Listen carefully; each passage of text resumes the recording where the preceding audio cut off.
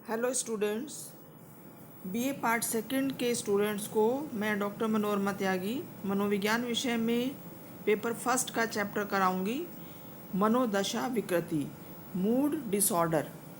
Mood disorder या मनोदशा विकृति क्या है? जैसा कि इसके नाम से स्पष्ट है, ये एक ऐसी मानसिक विकृति है जिसमें व्यक्ति के भाव, संवेग और संबंधित मानसिक दशाओं में उतार चढ़ाव होता है और वो व्यक्ति अपने दिन प्रतिदिन का जो जीवन है उसमें वो पूरी तरह से समायोजन नहीं कर पाता है और ज़िंदगी में तरह तरह की समस्याएं उत्पन्न हो सकती हैं उसकी लाइफ में। इस तरह की मानसिक विकृति में व्यक्ति की मनोदशा में कभी तो काफ़ी विषाद, विषाद का मतलब है दुख, देखा जाता है और कभी विषाद एवं सुख का भाव दोनों ही बारी बारी से होते देखा जाता है। चाहे मानसिक अवस्था विषाद का हो या सुख का हो, रोगी का समायोजन बुरी तरह से प्रभावित होता है क्योंकि उसकी जो मूड है, उसकी जो मनोदशा है, उसमें कोई समायोजन नहीं होता और व्यक्ति को ऐसी स्थिति आ जाती है कि चिकित्सा देना अनिवार्य हो जाता है। Indian academy of clinical psychiatry की जो संस्था है, उन्होंने एक नवीनतम अध्ययन किया जिसमें 2000 में जिसको उन्होंने प्रकाशित किया और उसमें ये पाया गया कि भारत की सामान्य जो जनसंख्या है उसमें करीब 5% लोग जो हैं वो इस मनोदशा विकृति से प्रभावित होते हैं। अब मनोदशा विकृति के बारे में DSM-4 में जो वर्गीकरण है मानसिक रोगों का, उसमें उल्लेख किया गया है इस विकृति का और उसमें मनोदशा विकृति के निम्न प्रकार बताए गए हैं। इसमें पहला है विषादी विकृति। विषादी विकृति से मतलब है एक ध्रुवीय विकृति, मतलब जिसमें या तो व्यक्ति विषाद की स्थिति में रहता है या सुख की स्थिति में रहता है, मतलब अत्यधिक यूनिपोलर डिसऑर्डर इसको कह सकते हैं, एक ध्रुवीय विकृति। और इसका मुख्य लक्षण व्यक्ति में उदासी एवं विषाद का होना है। इसके अतिरिक्त इसमें भूख, नींद कम हो जाती है, शारीरिक वजन में कमी देखी गई है और व्यक्ति का जो सक्रियता का स्तर है, मतलब एक्टिव रहने का जो उसका लेवल है, वो काफ़ी कम हो जाता है, मतलब वो लेज़ी रहता है, एक्टिव नहीं रहता है ज़्यादा। तो ये लक्षण इसमें विषादी विकृति में देखने में आते हैं। इस विषादी विकृति को 2 भागों में बांटा गया है। पहला है डायस्थाइमिक विकृति। डायस्थाइमिक विकृति कौन सी विकृति होती है? इसके बारे में कहा जा सकता है कि इस विकृति में विषादी मनोदशा का स्वरूप क्रॉनिक होता है, लंबा होता है, अर्थात गत कई वर्षों से व्यक्ति की मनोदशा काफ़ी विषादी होती है। व्यक्ति को गत कई वर्षों से किसी भी चीज़ में रुचि नहीं आती, आनंद की कमी का वो अनुभव करता है और बीच में कुछ दिनों के लिए उसके मनोदशा भले ही सामान्य दिखाई दे, परंतु विषादी मनोदशा जो है उसकी निरंतर बनी रहती है। इसको डायस्थाइमिक विकृति कहते हैं। दूसरी जो है वो है बड़ा विषादी विकृति, मेजर डिप्रेसिव डिसऑर्डर। इस विकृति में व्यक्ति 1 या 2 से अधिक बड़ी विषादी घटनाओं का अनुभव करता है। व्यक्ति प्रत्येक चीज में अपनी अभिरुचि खो देता है, उसका किसी कार्य में मन नहीं लगता है। ऐसे व्यक्तियों में नींद की कमी, शारीरिक वजन में कमी, थकान, स्पष्ट रूप से सोचने की क्षमता में कमी, बेकार और अयोग्य होने का भाव, सुइसाइड, आत्महत्या की प्रवृत्ति आदि देखने को मिलती है। इस विकृति में ऐसे लक्षण कम से कम गत 2 सप्ताह से अवश्य रहे हों, तभी इस विकृति को मेजर डिप्रेसिव डिसऑर्डर कहा जाएगा। तो ये जो है विषादी विकृति, डायस्थामिक विकृति, बड़ा विषादी विकृति, और अगला जो है वो है द्विध्रुवीय विकृति। द्विध्रुवीय विकृति, बाइपोलर डिसऑर्डर। बाइपोलर डिसऑर्डर से मतलब है वो विकृति जिसमें व्यक्ति या रोगी बारी बारी से विषाद, उन्माद दोनों तरह की अवस्थाएं उसमें देखी जाती हैं। मतलब दो ध्रुव देखे जाते हैं उसमें। कभी तो वो एकदम विषाद या दुख से घिर जाएगा, और कभी वो अचानक से उसमें सक्रियता बढ़ जाती है या उसमें खुशी का स्तर बढ़ जाता है। इसीलिए इसको द्विध्रुवीय विकृति, बाइपोलर विकृति कहा गया है। द्विध्रुवीय विकृति की अगर हम प्रकार बताएं तो इसके 3 प्रकार हैं। पहला है साइक्लोथाइमिक विकृति। साइक्लोथाइमिक विकृति इस तरह की जो विकृति होती है, इसमें मनोदशा में लंबे समय तक शुद्धता पाई जाती है। इसमें विषादी व्यवहार और उन्मादी व्यवहार दोनों ही पाए जाते हैं, परंतु इन दोनों में से किसी की भी गंभीरता ऐसी नहीं होती कि वो DSM-4 द्वारा निर्धारित कसौटी को छू सके। मतलब बारी बारी से दोनों ही दशाएं, मनोदशा इसमें देखने को मिलती हैं। ऐसे व्यवहारों का इतिहास निश्चित रूप से कम 2 वर्ष पुराना अवश्य ही होना चाहिए। दूसरी जो बाइपोलर डिसऑर्डर है वो है द्विध्रुवीय एक विकृति, बाइपोलर 1 डिसऑर्डर। इस तरह की विकृति, जैसे कि इसके नाम से स्पष्ट है, वो मानसिक विकृति होती है जिसमें रोगी या व्यक्ति एक या एक से अधिक उन्माद की घटना तथा एक या एक से अधिक विषाद की घटना को अनुभव करता है। और गुडविन और जेमिसन का कहना है कि द्विध्रुवीय एक विकृति के बहुत कम रोगी ऐसे भी होते हैं जो एक या एक से अधिक बार उन्मादी अवस्था का अनुभव किए हो, परंतु उन्हें कभी भी विषादी लक्षण का अनुभव ना हुआ हो। तो इस तरह की ये बाइपोलर 1 या फर्स्ट डिसऑर्डर इसको कहते हैं। दूसरा है बाइपोलर विकृति का जो तीसरा प्रकार है वो है द्विध्रुवीय 2 विकृति, बाइपोलर 2 डिसऑर्डर। 2 विकृति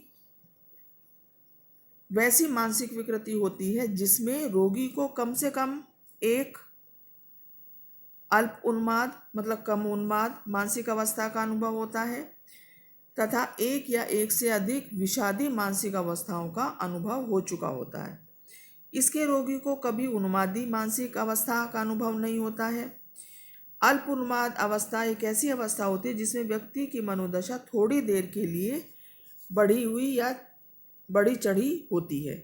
उसमें चिड़चिड़ापन जैसी स्थिति उत्पन्न हो जाती है, परंतु उनका सामाजिक और व्यवहारिक कार्य पर बहुत बुरा प्रभाव नहीं पड़ता है तथा ऐसे व्यक्ति को मानसिक अस्पताल में भर्ती करवाकर उपचार करवाना भी आवश्यक नहीं होता है। मतलब वो सामान्य जीवन जी सकता है।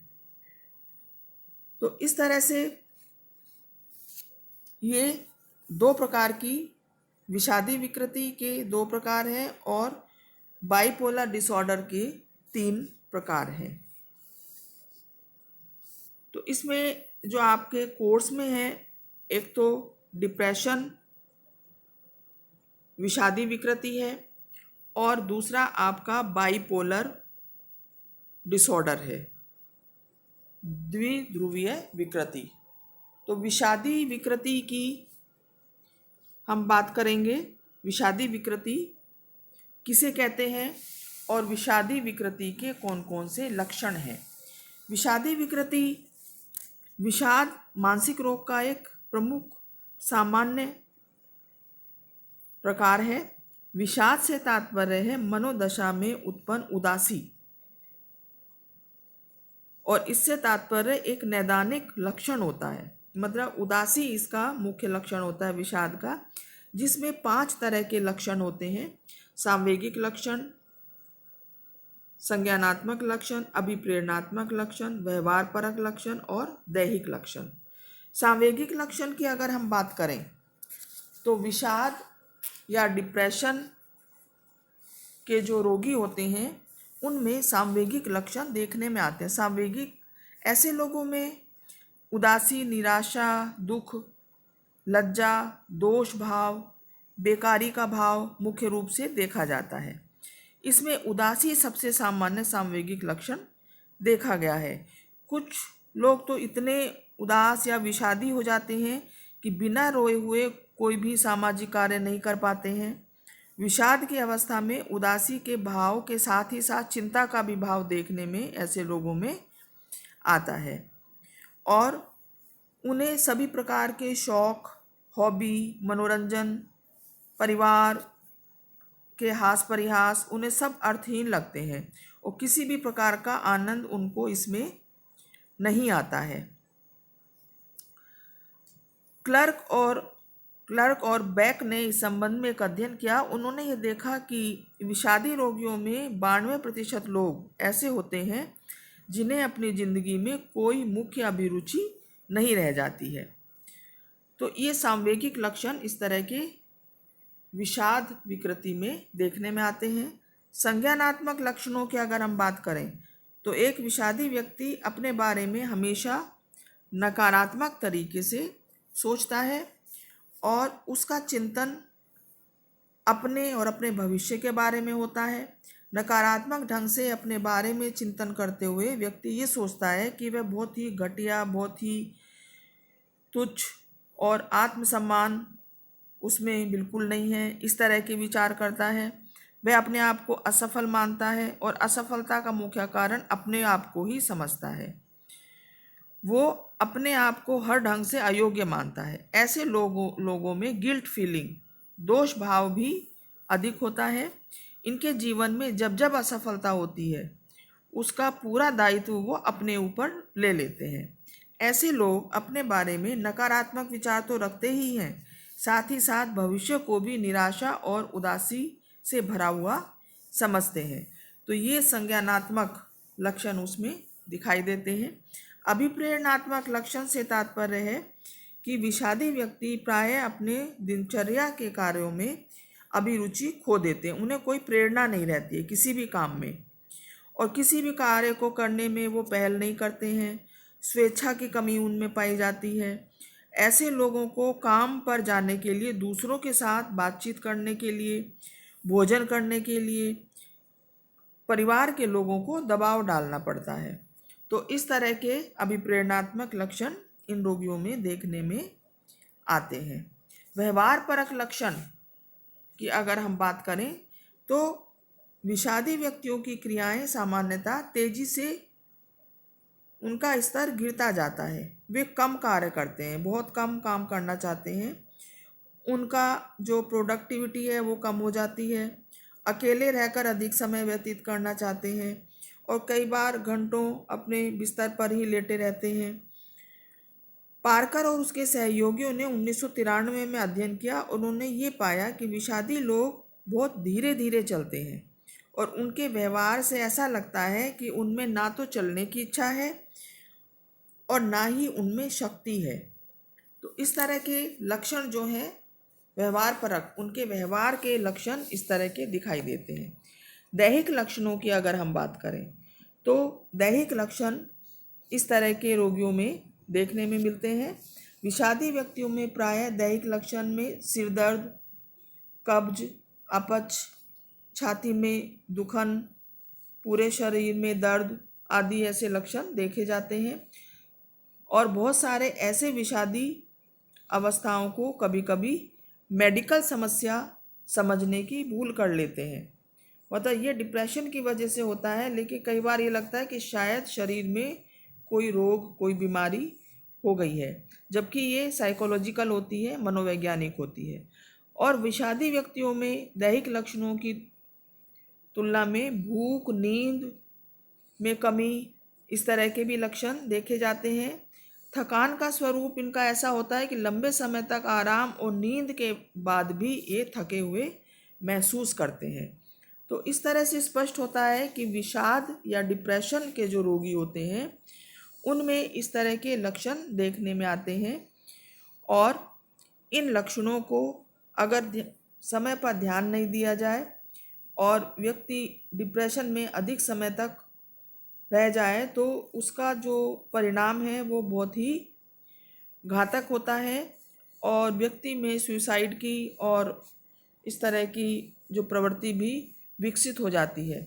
समय पर अगर इन पर ध्यान दिया जाए और इनका उपचार किया जाए तो डिप्रेशन के ज़्यादातर रोगी ठीक हो जाते हैं। तो आज मैंने आपको विषाद विकृति क्या है, उसके लक्षण कौन कौन से हैं, ये मैंने आपको बताया। मूड डिसऑर्डर के अंतर्गत मनोदशा विकृति में ही विषादी विकृति आती है। अगले वीडियो में मैं आपको बताऊंगी विषाद के कौन कौन से विषादी जो विकृति है, जो डिप्रेसिव डिसऑर्डर है, इसके कौन कौन से प्रकार हैं। तो मैं उम्मीद करती हूँ स्टूडेंट्स आपको ये चैप्टर समझ में आ गया होगा। Thank you so much students.